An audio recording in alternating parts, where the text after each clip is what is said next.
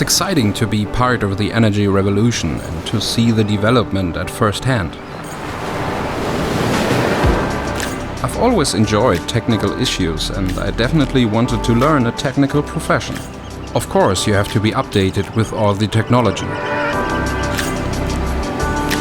For me, it's still something special to work offshore on wind turbines, working at height, working on the water. Some people would pay a lot of money for this kind of adventure.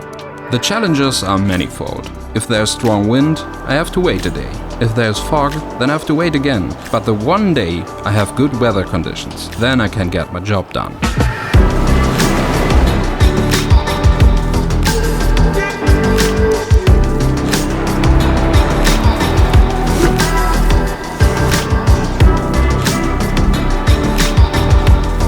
The advantage of offshore wind power is the stable and laminar wind at the sea.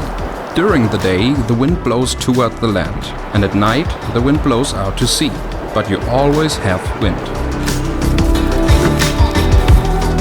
Blade control detects failures on a very early stage, so anomalies don't have to grow into a major damage. This minimizes downtime and the turbine automatically runs more efficiently.